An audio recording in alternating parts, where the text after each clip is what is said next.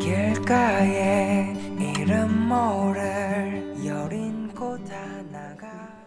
이제 본격적으로 제가 지식재산권에 대해서 얘기를 드릴 텐데요. 지식재산권, 뭐 영어로 Intellectual Property, 보통 IP라고 하죠. 뭐 이미 IP를 많이 알고 계시는 분도 상당히 많으실 텐데, IP가 대두되기 시작한 건 2000년대부터입니다. 이제 S&P 500 지수에서 그 기업들 마켓 캐피탈라이제이션이 인텐지블 애셋, 특히 IP 쪽으로 올라가기 시작한 게 2000년대 후반이고요. 그게 20%에서 80%로 증가했습니다. 그러니까 우리가 가지고 있는 인텐지블 애셋, 특히 IP의 산업화의 가능성이 굉장히 올라가고 있는 상태죠. 크게 지식재산권은 인냄 프로텍션과 인퍼스넌 프로텍션으로 나뉘는데요. 이런 부분들이 굉장히 기초적인 이해인데, 기초적인 이해가 있을 때 우리가 특허를 제대로 만들 수 있거든요. 그래서 인냄 프로텍션 같은 경우는 지식재산권, 그러니까 말을 하면 법으로 보호되는 권리라고 얘기하고요. 또 하나는 우리가 특허로 드러내지 않아도 계약상에서 혹은 영업비밀 이런 등으로 보호될 수 있는 퍼스널 프로텍션이 있습니다. 이런 가치들이 이제 분류되는 데는 크게 이제 그 IP 자체를 기능으로 분리를 하고 표면상으로 분리를 하는데요. 그 기준은 내재적인 기능이 있느냐, 이런 거는 특허권, 영업비밀 보호, 그리고 외관상 표현되는 가치가 있느냐, 디자인권, 우리가 흔히 있는 저작권, 그리고 출처상 식별, 상표권, 이렇게 나눠지게 됩니다. 근데 이 구분들을 했을 때 우리가 또 이해해야 되는 게, 기술이 수명 주기가 있는데 그걸 이해하지 않고 우리가 만들어낸다. 그냥 무조건 내가 특허 만들고 내가 특허권이 소멸될 때까지 20년간 꾹 잡고 이 특허로 내가 물건을 만든다. 성공한 사례가 물론 있겠죠. 근데 그렇게 했을 때 계속 갈 수 있을까요? 지금 대형 제약사 파마들이 R&D 비용을 줄이고 아웃소싱을 하기도 하고, 기타 지금 대형 제약사인 그 글로벌 파마들이 위기에 처한 이유 중에 하나가 특허 만료 시점이거든요. 근데 특허를 특허로만 가지고 있으면 분명히 도입되고, 특허도 살아있는 거니까 성숙하고 성장은 하겠지만 언젠간 쇠퇴하는데, 그 쇠퇴 시점에서 그냥 죽이느냐, 다시 살리느냐, 이거의 관건인 거죠. 그래서 이 기술 수명 주기를 우리가 고려하면서 생각하는 것 중에 하나가, 아까 제가 특허를 크게 IP를 몇 가지라고 말씀드렸죠? 네, 특허, 그 다음은 아니고요. 특허 그리고 디자인, 그 다음에 상표, 이렇게 크게 말씀드렸잖아요. 이거는 IBM하고 필립스가 주로 쓰는 건데요. R&D를 합니다. 그 다음에 생산을 하겠죠? 그러면 그 다음에 뭐 하죠? 생산하고? 네, 팔아야죠. 마켓으로 갑니다. 자, 여기에서 우리가 이 기술 수명 주기에 따라서 지식재산권을 대입을 해보겠습니다. 자, R&D 할 때 먼저 뭘 만들죠? 우리가 연구를 해요. 내가 뭔가 테크놀로지 개발했어요. 보호하고 싶어요. 네, 특허를 다 아시면서 왜 말씀을 안 하세요? 특허. 제가 이스라엘 수업을 가잖아요. 한 명도 안 떠드는 사람이 없어요. 정말 시끄러워요. 특히 다국적인 사람들이 모이면 동양인, 일본하고 한국 사람 가만히 앉아있는데 중국 사람들 진짜 시끄럽습니다. 네, 계속 얘기하고 막 교수한테 따져요. 나 그거 틀렸다고 생각한다고. 그런데 지금 중국이 한 달에 1만 개의 스타트업이 생기는 거 아시나요? 그런 저력을 가지려면 질문하셔야 됩니다. 그래서 R&D 처음에 특허를 만들죠. 그럼 생산했어요. 특허 있어요. 그렇죠. 디자인. 이걸 잘 쓴 회사가 어디죠? 우리 누구나 아는 회사. 네, 사과. 네. 애플이 이 디자인을 굉장히 잘 보호했죠. 그 다음 그럼 마켓으로 가시면 상표. 맞습니다. 상표. 디자인 특허로 기술을 인정받았어요. 생산되면서 디자인으로 우리가 보호를 받고 있어요. 하지만 여기에서 갔을 때 이 디자인으로 보호된 상품이, 지금 우리가 애플을 디자인으로 인지하나요? 애플로 인지하죠. 사과 모양 빠진 거. 애플 딱지가 딱 붙으면 여러분 사봤죠? 그 케이스도 5천 원짜리가 갑자기 3만 원이 되고요. 이런 식의 이 기술 증명지기를 따라서 우리가 가치 트랜스퍼가 풀어가는 거예요. 이 가치 트랜스퍼 할 때는 물론 특허를 본인이 R&D 하기도 하지만 요즘에는 오픈 이노베이션, M&A, 라이센싱 아웃, 디자인 이 부분이 한국이 조금 리스크입니다. 우리나라는 디자인 법이 없어요.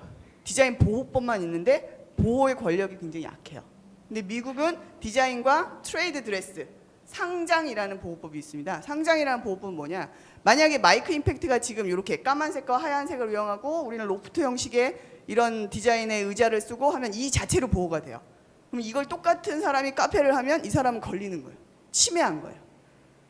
근데 우리나라는 그 부분이 좀 약합니다. 그래서 우리나라는 이 부분에서 지금 이 강화할 만한 어떤 수단이 필요한 거죠. 브랜드, 상표법은 보호 많이 받고 있어요. 말자 사롱과 그 봉자 사롱인가요? 네, 말자 사롱과 봉자 사롱은 저희 친구인 변호사가 이 소송이 했고 작은 기업이 오히려 이겼는데요. 이 브랜드화거든요. 이 상표를 했을 때 어떻게 브랜드로 만들 것이냐. 그러니까 여러분이 상품을 만들 때 난 특허 있어. 굉장히 좋은 특허야. 난 이것만 있으면 끝까지 먹고 살 수 있어가 절대 될 수 없는 사회가 됩니다. 가치를 계속 트랜스퍼 하셔야 돼요. 그래서 이걸 하기 위해서 처음부터 나는 특허만 하면서 나 IP 로이어랑 그러니까 변리사랑 특허 잘 만들었어요. 끝. 이렇게 되면 가치를 이전할 수 없습니다. 이 전체를 바라보는 IP를 만들 수 있는 시각이 필요한 거죠. 다음 페이지. 다음.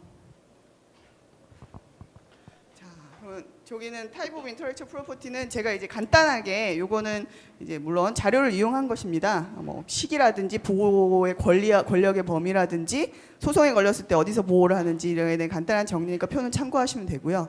지식재건이 만들어졌는데 그냥 돈이 들어오느냐? 우리 이거 한번 고민해봐야 되지 않을까요? 저희 강의가 IP잖아요. IP 만들었어요. 여기 다 IP를 가지고 계시다고 저는 보는데 많이들 가지고 계시는데 이걸 어떻게 보호하면 좋을까요? 이건 서울경제신문이고요. 저희 이제 교수님 가산에 계신 정승복 변리사님께서 제시해 주신 부분입니다. 우선 마이크로소프트의 IP 정책 고문께서 얘기하시는 게 특허 출원 건수와 등록률로 실력을 가늠하는 거. 특허가 많다. 우리나라 전 세계 특허 출원 2위, 1위 다투고 있거든요. 근데 한국 경제에 힘들다는 얘기가 매일 연일 신문에 나오고 있지만 이스라엘 특허 건수 우리나라만큼 많지 않습니다. 그런데 작년 2013년, 2014년, 2012년, 11년 가장 이노베이티브한 시티로 텔아비브 대학이 꼽혔어요. 텔아비브 시티가. 왜 그럴까요? 얼마나 특허는 특허 청구와의 논쟁을 통해서 권리 범위를 최대한 확보하는 게 목적인데 이 논쟁을 잘하는 사람이 필요해요. 잘 싸울 사람. 등록 자체보다는 청구 범위가 어떻게 짜여 있는지 그거를 봐줄 수 있는 사람. 그러려면 여러분같이 직접 만드시는 분과 특허를 만들어내는 변리사, 그 중재하고 소통할 수 있는 분, 그 전체를 관리해 줄 수 있는 중재자들이 굉장히 전략적으로 움직여야 된다는 거죠. 우리나라 한 과학자가 연료전지 기술을 개발해서 특허를 출원하셨대요. 굉장히 초창기 기술이었고 좋았는데 이분이 이 특허를 사용할 수 없게 됐어요. 청구항이라는 것에 각각의 특성을 다 기술하신 건 좋았는데 이를 비커에 넣는 것을 특징으로 한다. 그러면 비커에 안 넣고 컵에 넣으면 트레이에 두면 그냥 다 되는 거예요. 자기 특허의 원칙은 뭐죠? 공개되잖아요. 특허는 두 가지 특성을 가지고 있습니다. 재산권을 보호하지만 또 하나는 거는 공개해서 기술을 더 개발하기 위해서거든요. 그럼 이분은 자기 돈 들여서 특허 만들어서 남에게 공개한 거죠. 비커에 넣지 말고 딴 데 넣으시면 다시 다 쓸 수 있습니다. 이렇게. 그리고 또 한 가지 네이처지에 논문을 싣고 특허를 출원하신 교수님이 계셨는데 치매 제품을 발견했어요. 그러면 치매를 발견해서 내가 이 사람 소송 바로 이렇게 하지 않거든요. 특허 분석을 하게 됩니다. 이게 보통 몇 천만 원 들어요. 분석하셨는데 특허 명세서에서 자기가 핵심 단어가 빠지신 거예요. 소송을 할 수 없어진 거죠. 이런 부분에 대한 인지가 굉장히 필요하시고 이 핵심 단어를 빠진 게 그러면 이 변리사 잘못했어. 아닙니다. 소통을 안 했기 때문에 서로 얘기를 하고 그 소통을 중재해주는 누군가가 없었기 때문에 서로 빠진 걸 모르는 거예요. 왜? 세계관과 가치관이 다르기 때문에. 다음 페이지.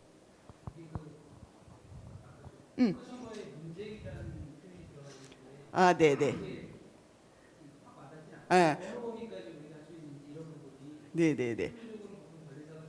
네. 네. 네, 네. 네, 네, 네. 네, 여기서 논쟁이라는 거는 이제 뭐 영어적인 표현이긴 한데요. 그거에 대한 실무적인 얘기를 저희 이제 변리사님께서 직접 해주시겠습니다.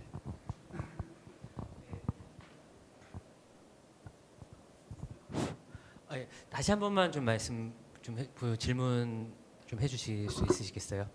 아, 예, 그 보통 저희가 이제 사이언스함에서 새로운 테크놀로지를 만들면 예, 그 특허를 추론하고 이제 좀 진행하게 되잖아요. 중간에 변리사 통해서. 예, 예, 근데 보통 그 문서 작성까지는 굉장히 많은 디스커션이 진행되는데 네, 특허를 추론하고 나서부터 그 여기 논쟁을 통해서 청구 범위를 넓히고 촘촘하게 한다 그러는데 네. 이게 어느 정도 가능한 건지 네. 또 실무적으로 그러니까 저희가 추론해서 오해가 나오면 두세 번의 리스폰스하고 이게 단계별로 진행되고 결정되고 이렇게 진행됐던 걸 제가 기억을 하거든요. 그래서 그게 네. 그 뭐 어느 정도 이 논쟁이 가능한 건지가 예. 근데 사실 그 논쟁이라고 하는 부분이 이제 저는 이제 실무를 하는 입장에서 이제 실제 청구항이나 이런 부분들은 이제 작성을 하지만 이게 그 기술자의 이제 시각을 전 최대한 이제 해석을 해서 이제 거기에 대한 작성을 하곤 하죠. 근데 이 변리사의 시각이라고 하는 부분에서 조금은 더 확대를 해서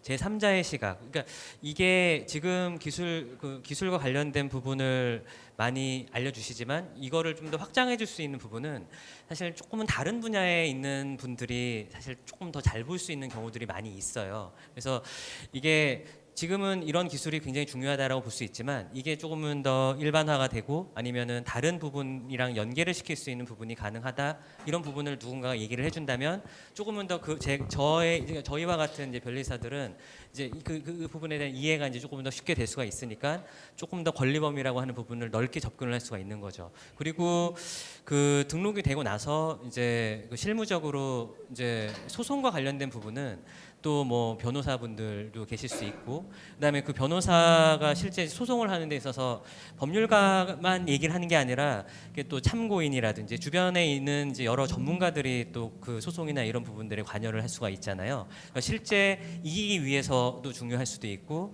그다음에 대응을 하는 부분에 있어서도 딱 그 틀에 박혀 있는 아니면 그 해당되는 분야에 계신 분들만 참여를 하는 경우보다는 조금 그 공통의 이제 목적을 가지고 있지만 조금 다양한 시각을 가지고 계신 분들이 계시다면 조금은 더 유연하게 대응을 할 수가 있는 거죠. 그러니까 그게 이제 처음에 출원을 하는 단계에서부터 실제 소송이 이르게 되는 어떤 그런 단계, 나중에 이제 판매를 하는 부분 여러 단계에 실제로 관여가 가능하다는 겁니다. 그러니까 여기서 말하는 이 이제 그 리처드 와일드가 표현한 argue의 의미는요. 그런 argue. 내가 특허청과 가서 나 이거 해줘 이렇게 싸우는 게 아니고 그 특허청과 OA를 하고 청구항을 만들면서 청구항의 그 항에 쓰는 우리 단어들이 굉장히 여러 가지 단어들입니다. 그 단어를 포괄적으로 했을 때 야 이거는 못해 너무 포괄적이야. 아니에요. 우린 이걸 포괄적으로 표현한 게 아니라 예시예로 실시예로 이렇게 표현했습니다. 라는 OA에서 우리가 리스폰스 보이는 분을 말하는 거죠. 그러니까 그 부분을 그냥 OA에 맞게 출원만 되게 할 것이냐, 나한테 의뢰를 한 우리 그 의뢰자의 최대한 권리를 누리면서 OA를 통과시킬 것이냐, 이거가 관건인 거죠. 그러니까 여기서 말하는 악유는 그 사람과 싸운다는 의미가 아니라 그런 부분을 표현한 거라고 보여집니다. 청구 범위가 첫 번째 이제 OA 단계 때는 그 발명의 상세한 설명이라고 하는 그 틀 안에서는 자유롭게 조정이 가능하잖아요. 그래서 물론 이것도 약간 전략적인 부분이기는 한데 처음에 권리 범위라고 하는 부분을 뭐 대표 청구항은 굉장히 넓게 잡기는 하지만 OA 단계에서 설령 줄인다고 하더라도 그 기존의 종속항에 표현되지 않는, 그러니까 원래 발명의 상세한 설명이 언급이 되어 있는 부분들을 끌어다 쓰는 경우가 있는데 가끔은 그게 권리 범위가 넓어지는 식으로 접근이 가능하기도 해요. 예, 물론입니다. 그러니까 늘릴 수 있느냐 없느냐의 기준이 청구항으로 결정이 되는 게 아니라 발명의 상세한 설명으로 확정이 되는 거거든요. 그래서 그 내용에서 더 벗어나지 않는, 그러니까 신규 사항이 아닌 상황이라고 한다면 그 내에서는 언제든지 청구항을 늘릴 수도 있습니다. 조금 더 접근 전략적으로 얘기하면 처음에 청구항과 명세서를 구성할 때도 굉장히 그런 걸 전략적으로 생각하고 구성을 해야 된다는 얘기죠.